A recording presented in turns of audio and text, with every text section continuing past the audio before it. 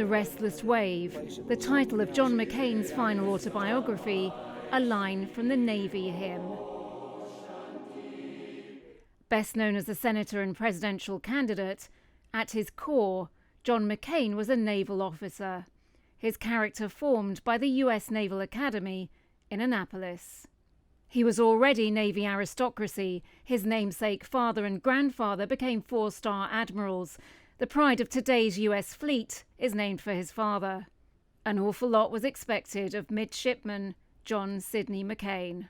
Oh yeah, well, you know, he was a party guy. You know, he liked to have fun, and I think maybe rebelling against his admiral father and grandfather. The Academy's rigorous training did prepare him and others for their darkest hours. I tell you, it was pretty realistic. They were very good at what they did. And even though you knew it was a simulation, you knew you were going to be done in 2 days, it was still pretty interesting. It's pretty scary stuff. But it just impressed upon me how much those guys had to endure. Lieutenant Commander McCain had already cheated death on his aircraft carrier, narrowly dodging an explosion on deck that killed several others. October 26, 1967. He was soon to show his maverick streak again, dropping bombs from his Skyhawk on his Hanoi target, defying orders. A war story that still captivates historians. He did that because he didn't want a fellow squadron mate to have to return to that target the same day or the next day and risk their life prosecuting that target.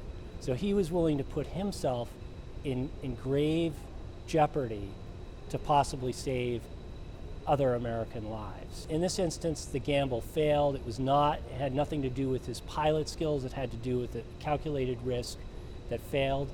Took off the wing, he ejected upside down, broke his right leg, broke both of his arms, one arm in 3 places, ended up at the bottom of a lake, unconscious. Once in captivity, McCain's family legacy came back to haunt him. His father was Commander-in-Chief of the Pacific. They realized they had a valuable commodity with John McCain, so they subjected him to special treatment, and that special treatment was not favorable treatment, but torture and 2 years of solitary confinement. Because of his father, he was offered an early release. He turned it down, choosing solidarity with his fellow prisoners. He would use a tap code on the wall to signal that he was still alive, and he would communicate and try to cheer up his fellow POWs.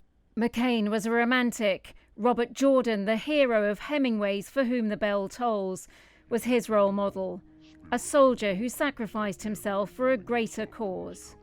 His own active service cut short. He served as Navy liaison to the Senate and later chairman of the Armed Services Committee.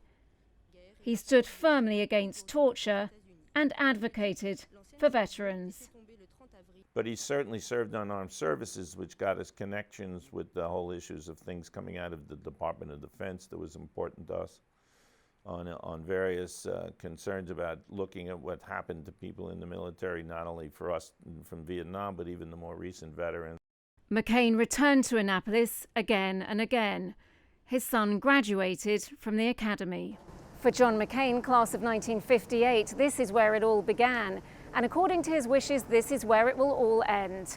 There'll be a private memorial service in the chapel on the grounds just behind me, and a private burial right next to his classmate and best friend, Admiral Chuck Larson. Larson was a legend at the Academy. A building is named in his honor. Since its founding in 1845, the Academy dominates the waterside town. This week, the civilian streets form an honor cordon. McCain will forever watch over Sherman Field and where the River Severn meets Navy Creek, as the next generations of midshipmen learn the lessons and build the lifelong friendships of Annapolis.